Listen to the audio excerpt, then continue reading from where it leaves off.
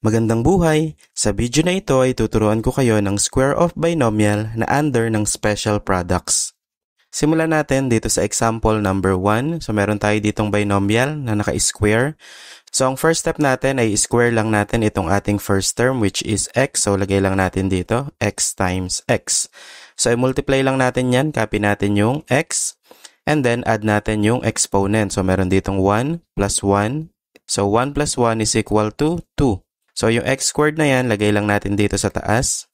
And then multiply natin itong 2 times negative 8 times x. And then multiply lang natin ito. Simulan natin sa number. So 2 times negative 8 is equal to negative 16. So dahil magkaiba yung sign, kaya naging negative yung sign ng 16. And then yung x ay copy lang natin dito.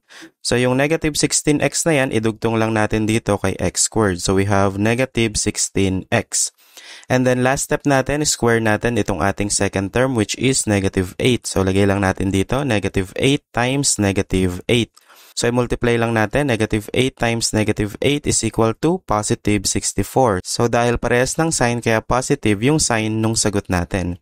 So yung positive 64 na yan ay idugtong lang natin dito. So positive 64 at ito na yung ating sagot sa example number 1. So x squared minus 16x plus 64. Dito naman tayo sa example number 2. So again, first step, square natin itong ating first term which is negative 3a. So lagay lang natin dito, negative 3a times negative 3a. So multiply lang natin, simulan natin sa number. So negative 3 times negative 3, the answer is positive 9. So dahil parehas ng sign, kaya positive yung 9. And then copy natin si a. Add natin yung exponent ni a. So meron ditong 1 plus 1. So magiging exponent ay 2. So yung 9a squared na yan, lagay lang natin dito, 9a squared. And then next step, multiply lang natin itong 2 times 7 times negative 3a. And then multiply natin, simulan natin sa number. So 2 times 7 is equal to 14. And then 14 times negative 3 is equal to negative 42. And then copy lang natin si a. So yung negative 42a na yan, idugtong lang natin dito. So negative 42a. And then last step natin, square natin itong ating second term. So we have 7 times 7. Multiply lang natin. 7 times 7 is equal to 49. So yung positive 49 na yan, idugtong lang natin dito. So positive 49. At ito na yung ating sagot sa example number 2. Dito naman tayo sa example number 3. Again, first step, square lang natin itong ating first term which is 5xy. So lagay lang natin dito, 5xy times 5xy. So multiply natin, simulan natin sa number. So 5 times 5 is equal to 25. Copy natin yung x. And then add natin yung exponent ni x which is 1 plus 1. So magiging 2. And then copy natin si y. Add natin yung exponent ni y. So merong 1 plus 1, the answer is 2. So yung 25x squared, y squared, copy lang natin dito. And then next step, multiply natin itong 2 times negative 3 times 5xy. So multiply natin, simulan natin sa number. So 2 times negative 3 is equal to negative 6. And negative 6 times 5 is equal to negative 30. So lagay lang natin negative 30. And then copy natin itong xy. So yung negative 30xy na yan ay i-copy lang natin dito. So we have negative 30xy. And then last step natin, square naman natin itong second term.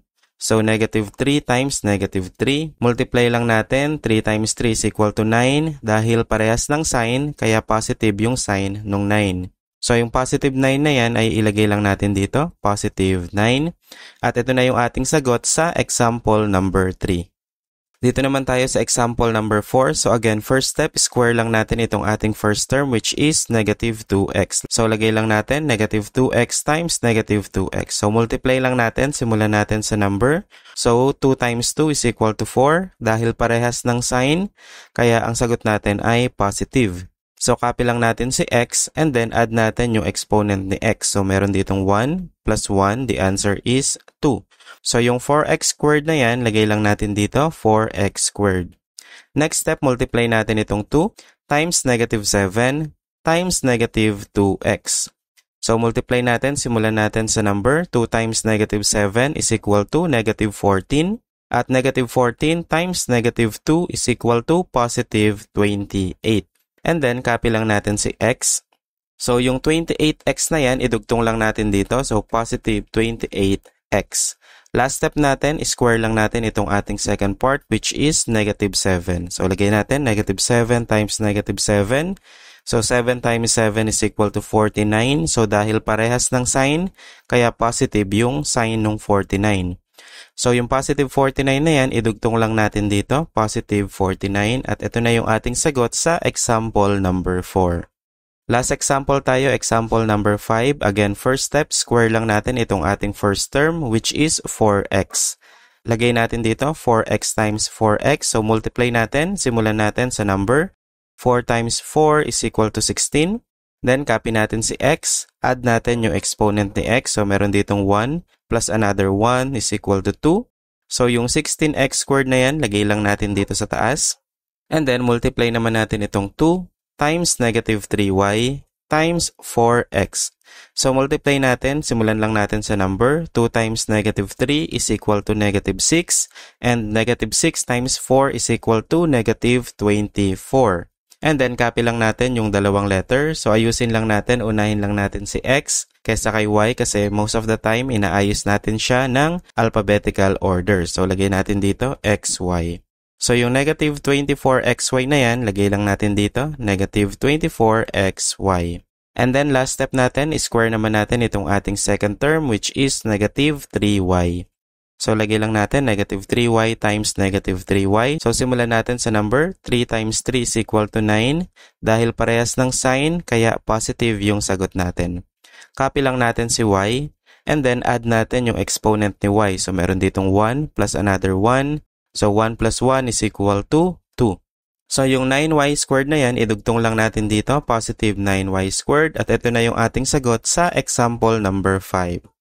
So, yun lang. Sana ay nakatulong sa inyo itong maikling tutorial na ito. So, kung nagustuhan ninyo yung video, pakiclick naman yung like button at mag-subscribe na rin kayo para sa iba pang tutorial na kagaya nito.